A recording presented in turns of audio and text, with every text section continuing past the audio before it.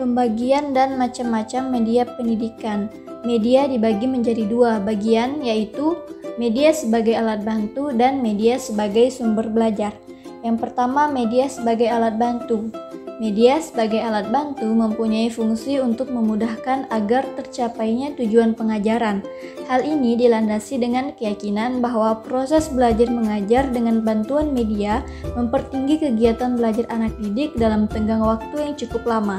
Berarti kegiatan belajar anak didik dengan bantuan media akan menghasilkan proses dan hasil belajar yang lebih baik daripada tanpa bantuan media.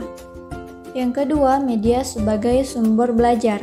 Belajar mengajar adalah suatu proses yang mengolah sejumlah nilai untuk dikonsumsi oleh setiap anak didik. Karena itu, sumber belajar adalah segala sesuatu yang dipergunakan sebagai tempat di mana bahan pengajaran terdapat atau asal untuk belajar seseorang. Dilihat dari sifatnya, media dibagi menjadi beberapa bagian, yaitu media auditif, media visual, dan media audiovisual. Media auditif yaitu media yang hanya dapat didengar saja atau media yang hanya memiliki unsur suara seperti radio, tape recorder, dan lain sebagainya. Radio yaitu media audio elektronik yang dapat menangkap suara dan gelombang tertentu hingga informasi dan komunikasi dapat terjangkau oleh masyarakat dan mempunyai nilai praktis edukatif secara formal ataupun non-formal. Selanjutnya, media visual. Media visual yaitu media yang hanya dapat dilihat saja, tidak mengandung unsur suara seperti gambar dan berbagai bentuk bahan yang dicetak seperti media grafis lainnya. Gambar yaitu media yang sangat penting digunakan dalam usaha memperjelas dan pengertian pada peserta didik, sehingga dengan menggunakan gambar, peserta didik lebih dapat memperhatikan terhadap benda-benda atau hal-hal yang belum pernah dilihatnya yang berkaitan dengan pelajaran. Adapun manfaat media gambar dalam proses instruksional adalah penyampaian dan penjelasan mengenai pesan, ide, dan sebagainya dengan tanpa banyak menggunakan bahasa-bahasa verbal tetapi dapat lebih memberikan pesan.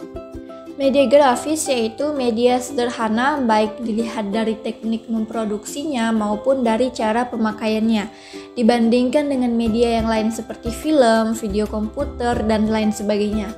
Dalam cara memproduksinya, media grafis tidak perlu memerlukan peralatan khusus yang rumit sehingga tidak perlu memiliki keterampilan yang bersifat kompleks dan pembiayaan yang murah tidak memerlukan biaya yang tinggi. Yang ketiga, media audiovisual. Media audiovisual ini merupakan media instruksional modern yang sesuai dengan perkembangan zaman, meliputi media yang dapat dilihat dan didengar. Media audiovisual merupakan bahan ajar yang mengombinasikan dua materi, yaitu materi auditif ditujukan untuk merangsang indera pendengar, sedangkan materi visual ditujukan untuk merangsang indera penglihatan. Dengan kombinasi dua materi ini, pendidik dapat menciptakan proses pembelajaran yang lebih berkualitas, karena komunikasi berlangsung secara efektif. Media audiovisual dibagi menjadi dua, yakni audiovisual diam adalah media yang penyampaian pesannya diterima oleh pendengar dan penglihatan. Namun, gambar yang dihasilkannya adalah gambar diam atau memiliki sedikit gerakan seperti media sound, slide, film strip bersuara. Yang kedua, audiovisual gerak. Media ini sama seperti media audiovisual diam, akan tetapi media ini penyampaian pesan yang diterimanya oleh pendengaran dan penglihatan ini berupa yang gambar yang bisa bergerak. Contohnya media televisi, video, dan lain sebagainya. Produksi media pendidikan berupa gambar non-akademik. Produksi media merupakan segala upaya yang dilakukan untuk menciptakan dan mengolah media dengan cara mempergunakan segala sumber daya baik tenaga, pikiran, dan dana. Produksi media pendidikan berupa gambar yakni upaya yang dilakukan untuk membuat media atau alat bantu berupa gambar. Media gambar termasuk media visual yang berfungsi untuk menyalurkan pesan dari sumber ke penerima pesan, di mana pesan dituangkan melalui lambang atau simbol komunikasi visual. Menurut Arif Sadiaman, simbol-simbol tersebut harus difahami benar, artinya agar proses penyampaian pesan dapat berhasil dan efisien. Selain fungsi umum tersebut, secara khusus gambar berfungsi pula untuk menarik perhatian. memperjelas sajian ide, mengilustrasikan atau menghiasi fakta yang mungkin akan dilupakan atau diabaikan bila tidak digambarkan. Media bagan atau chart adalah suatu media pengajaran yang penyajiannya secara diagramatik dengan menggunakan lambang-lambang visual untuk mendapatkan sejumlah informasi yang menunjukkan perkembangan ide, objek, lembaga, orang, keluarga ditinjau dari sudut waktu dan ruang. Grafik merupakan gambar sederhana yang disusun menurut prinsip matematika dengan menggunakan data berupa angka-angka. Grafik juga mengandung ide, objek, dan hal-hal yang dinyatakan dengan simbol dan disertai dengan keterangan-keterangan secara singkat. Fungsinya yaitu untuk menggambarkan data kuantitatif secara teliti, menerangkan perkembangan atau perbandingan suatu objek atau peristiwa yang saling berhubungan secara singkat dan jelas. Media diagram merupakan susunan garis-garis dan menyerupai peta daripada gambar. Diagram sering juga digunakan untuk meningkatkan letak bagian-bagian sebuah alat atau mesin serta hubungan yang satu bagian dengan bagian yang lain. Poster merupakan gabungan antara gambar dan tulisan dalam suatu bidang yang memberikan informasi tentang satu ide atau dua ide pokok. Poster hendaknya dibuat dengan gambar dekoratif dan huruf yang jelas. Ciri-ciri poster yang baik yaitu sederhana, menyajikan satu ide dengan slogan yang ringkas, gambar dan tulisan yang jelas, serta mempunyai komposisi dan variasi yang bagus. Karikatur dan kartun merupakan garis yang dicoret dengan spontan yang menekankan kepada hal-hal yang dianggap penting. Beda antara poster dan karikatur terletak pada karikatur kadang-kadang lebih menggigit dan kritis. Coretan-coretan pada karikatur, misalnya coretan pada wajah manusia yang mirip dengan yang dikarikaturkan memberikan pesan politis. Sedangkan kartun, ide utamanya adalah menggugah rasa lucu dan kesan utamanya adalah senyum dan ketawa. Kesan kritis dan humor yang diberikan karikatur dan kartun menyebabkan informasi yang disampaikan tahan lama dalam ingatan anak. Media gambar atau foto merupakan media reproduksi bentuk asli dalam dua dimensi. Foto ini merupakan alat visual yang efektif karena dapat divisualisasikan sesuatu yang akan dijelaskan dengan lebih konkret dan realistis. Informasi yang disampaikan pun dapat dimengerti dengan mudah karena hasil yang diragakan lebih mendekati kenyataan melalui foto yang diperlihatkan kepada anak-anak, dan hasil yang diterima oleh anak-anak akan sama. Bagi guru yang kurang pandai dapat mempergunakan gambar sederhana dalam menerangkan materi pelajaran hanya dengan membuat garis dan lingkaran. Gambar semacam ini digunakan hampir untuk semua tingkat pelajaran atau kecerdasan. Penggunaannya tidak saja menarik perhatian dan memperjelas ide atau informasi yang dikemukakan. Gambar yang terdiri dari garis dan lingkaran ini merupakan alat yang ampuh untuk menyingkirkan hambatan buta huruf dan kesukaran bahasa. Komputer yaitu alat elektronik yang dapat mengolah data dengan perantaraan program dan memberikan hasil pengolahan. Sekarang, bagaimana komputer bila digunakan dalam dunia pendidikan? Ternyata dari dulu hingga sekarang, komputer masih sangat dibutuhkan dalam membantu meringankan beban aktivitas manusia. Komputer adalah hasil teknologi modern yang membuka kemungkinan-kemungkinan yang besar sebagai alat pendidikan. Computer Assisted Instruction, pengajaran dengan bantuan komputer, CIE, telah dikembangkan akhir-akhir ini dan telah membuktikan manfaatnya untuk membantu guru dalam mengajar dan membantu murid dalam belajar. Sehingga dengan adanya komputer diharapkan siswa dapat lebih maksimal dalam proses pembelajarannya, sehingga juga mendapatkan hasil belajar yang memuaskan. Kelebihan-kelebihan menggunakan komputer sebagai media pendidikan antara lain, yang pertama tutorial. Program pengajaran tutorial dengan bantuan komputer meniru sistem tutor yang dilakukan oleh guru atau instruktur. Informasi atau pesan berupa suatu konsep disajikan di layar komputer dengan teks, gambar, atau grafik. Pada saat yang tepat, siswa diperkirakan telah membaca, menginterpretasi, dan menyerap konsep itu. suatu pertanyaan atau soal diajukan. Jika jawaban siswa benar, komputer akan melanjutkan penyajian informasi atau konsep berikutnya. Dan jika jawaban salah, komputer dapat kembali ke informasi konsep sebelumnya. Yang kedua, latihan.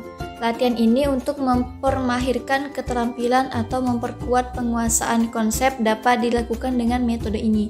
Komputer menyiapkan serangkaian soal atau pertanyaan yang serupa dengan yang biasa ditemukan dalam buku atau lembaran kerja. Yang ketiga, simulasi. Program simulasi dengan bantuan komputer mencoba untuk menyamai proses dinamis yang terjadi di dunia nyata. Misalnya, siswa menggunakan komputer untuk mensimulasi menerbangkan pesawat terbang dan lain sebagainya. Yang keempat, permainan instruksional. Program permainan yang dirancang dengan baik dapat memotivasi siswa dan meningkatkan pengetahuan dan keterampilannya. Permainan instruksional yang berhasil menggabungkan aksi-aksi permainan video dan keterampilan penggunaan papan ketik pada komputer. Siswa dapat menjadi terampil mengetik karena dalam permainan itu siswa dituntut untuk menginput data dengan mengetik jawaban atau perintah dengan benar. Yang kelima, dapat membantu murid dan guru dalam pelajaran. Yang keenam, dapat membuat hitungan atau memproduksi grafik, gambar, dan memberikan bermacam-macam informasi yang tak mungkin dikuasai oleh manusia manapun. Kelebihan yang ketujuh, sangat fleksibel dalam mengajar dan dapat diatur menurut keinginan penulis pelajaran atau penyusunan kurikulum. Overhead projector atau OHP merupakan salah satu teknologi yang digunakan di kelas. Pendidik dapat mempresentasikan pelajaran menggunakan transparansi berwarna dan bermakna yang bisa menarik perhatian peserta didik dengan segera. Menggunakan proyektor dan komputer sangat bermanfaat. Pendidik bisa menunjukkan kepada peserta didik beberapa dokumentasi, film, dan presentasi PowerPoint. Beberapa kelebihan OHP dalam pembelajaran antara lain praktis, karena dapat dipergunakan untuk semua ukuran kelas atau ruang. Terus, memberi kemungkinan tatap muka dan mengamati respons dari penerima pesan atau siswa. Memberi kemungkinan pada penerima pesan untuk mencatat, mempunyai variasi teknik penyajian yang menarik dan tidak membosankan, memungkinkan penyajian dengan berbagai alternatif kombinasi warna, dapat dipergunakan kembali secara berulang-ulang, dapat disusun kembali berdasarkan urutan-urutan atau sekuens belajar, dan dapat dihentikan pada setiap sekens belajar yang dikehendaki, karena pitching control sepenuhnya di tangan komunikasi, yakni dosen, guru, penyaji bahan, dan lain-lain. Selain kelebihan yang dimiliki oleh OHP dalam pembelajaran, terdapat pula beberapa kekurangannya, yaitu memerlukan persiapan yang matang dan terencana, terutama bila dipergunakan teknik-teknik penyajian yang kompleks. Kemudian dalam penggunaannya diperlukan keterampilan khusus, menuntut penataan ruang yang baik, menuntut perhatian untuk menghilangkan distorsi, proyeksi, menuntut cara kerja yang sistematis dan terarah, membutuhkan keterampilan menuliskan pesan yang baik pada transparan sehingga mudah dicerna oleh siswa.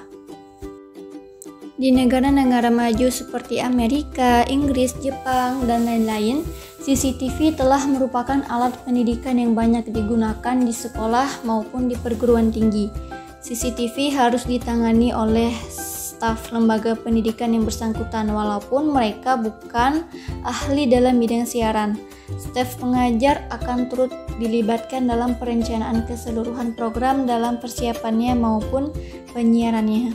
Yang terakhir, sound amplifier sangat berguna bila dipakai dalam kelas besar. Beberapa peserta didik tidak bisa menangkap apa yang disampaikan oleh pendidik karena mereka tidak bisa mendengar suara pendidik. Beberapa penelitian menunjukkan bahwa suara yang jelas dan kuat mampu menarik perhatian peserta didik sehingga hasil pembelajaran menjadi lebih baik. Media audiovisual yaitu benda yang dapat dimanipulasikan, dilihat, didengar, dibaca, atau dibicarakan beserta instrumen yang dipergunakan dengan baik dalam keadaan belajar mengajar, dapat mempengaruhi efektivitas program instruksional atau AVA, yaitu alat bantu yang mengkombinasikan antara gambar dan suara. Ada beberapa ciri utama dari teknologi media audiovisual, yakni bersifat linier, menjanjikan visual yang dinamis atau selalu berubah dan bergerak, representasi fisik dari sebuah gagasan yang real atau abstrak, diterapkan dengan cara yang telah digunakan oleh perancang sebelumnya, dikembangkan berdasarkan pada prinsip psikologis kognitif dan behaviorisme, dan biasanya berorientasi kepada guru dengan tingkat perlibatan interaktif murid yang rendah. Fungsi audiovisual yang pertama, fungsi edukatif, yaitu menyampaikan pengaruh yang bernilai pendidikan, mendidik siswa serta masyarakat supaya berpikir kritis, memberi pengalaman yang bermakna, serta mengembangkan dan memperluas cakrawala berpikir siswa. Yang kedua, fungsi sosial, yaitu menyampaikan informasi autentik pada bidang kehidupan dan juga konsep yang sama pada setiap orang agar bisa memperluas pergaulan, pengenalan, pemahaman mengenai orang dan adat istiadat serta cara bergaul. Yang ketiga, fungsi ekonomis. Dengan memakai media pendidikan, pencapaian tujuan dapat dilakukan dengan efisien. Penyampaian materi dapat menekan sedikit mungkin pemakaian biaya, tenaga, dan waktu tanpa mengurangi efektivitas dalam pencapaian tujuan.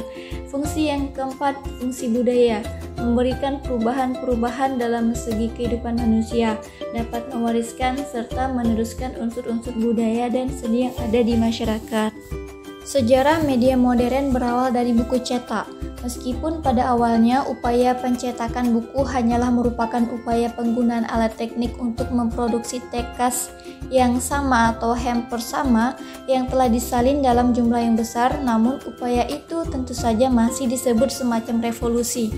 Lambat laun perkembangan buku cetak mengalami perubahan dalam segi isi, semakin bersifat sekuler dan praktis. Kemudian semakin banyak pula karya populer, khususnya dalam wujud brosur dan pamflet politik dan agama yang ditulis dalam bahasa daerah, yang ikut berperan dalam proses transformasi abad pertengahan. Jadi, pada masa terjadinya revolusi dalam masyarakat, buku pun ikut memainkan peran yang tidak dapat dipisahkan dari proses revolusi itu sendiri. Penemu pertama media cetak adalah Johannes Gutenberg pada tahun 1445, terutama di negara Eropa. Perkembangan awal terjadi dari penggunaan daun atau tanah liat sebagai medium, bentuk media sampai percetakan. Gutenberg mulai mencetak Bible melalui teknologi cetak yang telah ditemukannya. Teknologi mesin cetak Gutenberg mendorong juga peningkatan produksi buku menjadi hitungan yang tidak sedikit. Teknologi percetakan sendiri menciptakan momentum yang justru menjadikan teknologi ini semakin mendorong dirinya untuk berkembang lebih jauh. Lanjutan dari perkembangan awal media cetak adalah di mana perkembangan teknologi yang belum berkembang, yaitu media cetak dibuat memakai mesin TIK untuk membuat sesuatu iklan produk. Sedangkan gambar-gambar atau animasi yang memperbaguskan produk itu dibuat secara manual dengan menggunakan peta. Tanda-tanda perkembangan media cetak adalah melek huruf, yaitu kemampuan untuk baca tulis. Memang melek huruf adalah kondisi yang dipunyai oleh kaum elit. Bahasa yang berkembang pun hanya beberapa bahasa pokok. Bahasa Latin misalnya, perkembangan pendidikan pada abad ke-14 juga mendorong perkembangan orang yang melek huruf. Perkembangan media cetak sekarang yaitu didukungnya perkembangan teknologi yang sudah berkembang, sehingga dapat memudahkan orang untuk membuat suatu iklan yang lebih kreatif dan atraktif. Awal berkembangnya teknologi pembelajaran yaitu pada tahun 1920.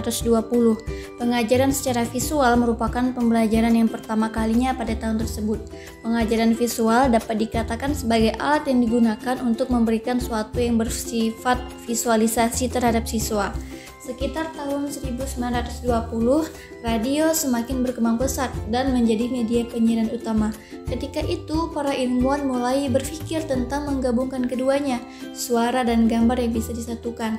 Konsep komunikasi audiovisual yang dapat menampilkan audio dan gambar semakin dikembangkan dan disempurnakan sedemikian rupa, sehingga semakin mirip dengan teknik komunikasi audiovisual yang dilakukan manusia secara langsung tanpa perangkat teknologi. Dalam hal ini, dengan kecanggihan teknologi, media televisi menjadi teknologi yang dapat menjembatani tercapainya konsep komunikasi audio dan visual ini secara massal tanpa batasan jarak dan dapat diputar ulang tanpa batasan waktu. Perubahan dari tahun ke tahun sangatlah pesat karena pada tahun berikutnya para ahli mengeluarkan pendapatnya tentang berbagai metode yang digunakan dalam teknologi pembelajaran. Salah satunya metode ceramah yang merupakan metode utama dalam melakukan pelajaran. Guru diharuskan lebih aktif dalam memberikan suatu materi. Selanjutnya ada metode tanya jawab yang merupakan siswa diharuskan lebih aktif dibandingkan guru. Pada metode ini, guru hanya sebagai fasilitator untuk menjawab pertanyaan dari siswa. Kemudian yang terakhir terdapat metode penugasan yang merupakan kumpulan soal yang diberikan guru kepada siswa. Pada metode tersebut, guru memanfaatkan sebagai pengambilan nilai terhadap setiap siswa. Pada saat inilah sudah sangat banyak teknologi pembelajaran baru yang ada di Indonesia, seperti laptop, televisi, proyektor, dan sebagainya. Karena laptop merupakan sumber teknologi pembelajaran yang dapat dibawa kemana saja dan bersifat praktis, tidak seperti komputer yang hanya berdiam di suatu ruangan. Selain itu, laptop juga harganya sangat terjangkau, berbeda jauh dibandingkan dengan komputer. Sedangkan proyektor merupakan fasilitas di setiap penyampaian materi dan gunanya untuk mempermudah guru. Dalam pembelajaran PAI, agar bahan pelajaran yang diberikan lebih mudah dipahami oleh siswa, diperlukan media yang membantu proses penyampaian tersebut. Melalui media atau alat bantu diharapkan akan terjadi persepsi yang sama antara guru dan siswa. Apalagi pendidikan agama Islam, yakni pendidikan yang sangat penting bagi kehidupan manusia, terutama dalam mencapai ketentraman batin dan kesehatan mental pada umumnya. Media audiovisual bisa digunakan sebagai salah satu alternatif pembelajaran PAI. Pembahasan pembelajaran dengan menggunakan media audio tidak lepas dari aspek pendengaran itu sendiri. Pendengaran merupakan alat untuk mendengarkan. Mendengarkan sesungguhnya suatu proses yang rumit yang melibatkan 4 unsur. Pertama, mendengar. Yang kedua, memperhatikan. Yang ketiga, memahami. Dan yang terakhir, unsur mengingat. Maka dengan demikian, mendengarkan merupakan proses selektif untuk memperhatikan, mendengar, memahami, dan mengingat simbol-simbol pendengar. Beberapa materi pendidikan agama Islam yang dapat diterapkan dengan menggunakan media audio adalah sebagai berikut. Yang pertama, materi SKI. Dapat digunakan menggunakan media audio, yaitu dengan membuat drama atau sandiwara audio dengan durasi 15-20 menit. Nah, ini guru dapat membuat drama atau sandiwara dalam bentuk rekaman audio. Adapun para pemainnya adalah dari siswa. Program drama atau sandiwara radio ini dapat memberikan manfaat cukup baik bagi siswa pada pemahaman peristiwa-peristiwa sejarah. Kedua, yaitu mata pelajaran fikih pun dapat menggunakan media audio, yaitu dengan membuat materi menjadi materi talkshow, misalnya pembahasan tentang pengertian zakat, pajak, sedekah, maupun infak. Adapun materi mata pelajaran Al-Quran Hadis, media audio dapat digunakan sebagai fasilitator dari mulai mengenal huruf hijaiyah sampai dengan media membaca Al-Quran sesuai dengan kaidah tajwid yang benar. Demikian juga dengan mata pelajaran akidah akhlak, materi dapat dimodifikasi menjadi talkshow yang membahas berbagai pokok bahasan dalam materi akidah akhlak. Langkah-langkah dalam merancang media pembelajaran visual dengan menggunakan Microsoft PowerPoint. Yang pertama, sebelum merancang media pembelajaran, kita harus mengetahui karakteristik belajar siswa dengan menentukan pengalaman siswa menggunakan visual, mempertimbangkan ekspektasi, tingkat perkembangan dan kemampuan memahami visual, serta latar belakang siswa. Nah, setelah melihat latar belakang siswa, baru kemudian kita melihat tujuan pembelajaran yang ada di rencana pelaksanaan pembelajaran yang telah disusun. Kemudian, kita mencari materi-materi yang sesuai dengan bahan yang akan diajarkan. Bisa dilihat dari literatur, internet, dan lain sebagainya. Langkah yang keempat, untuk memperindah dan memperjelas materi yang akan disampaikan melalui Microsoft PowerPoint ini, kita harus mendownload gambar animasi yang sesuai dengan background yang mendukung. Yang kelima, barulah kita mulai membuat slide. Langkah keenam, di dalam penulisan slide, huruf yang digunakan haruslah jelas dan tidak terlalu banyak dan bertele-tele. Dan langkah yang terakhir, sebaiknya di dalam slide ditampilkan gambar-gambar animasi yang sesuai guna memperjelas dari tulisan yang ada.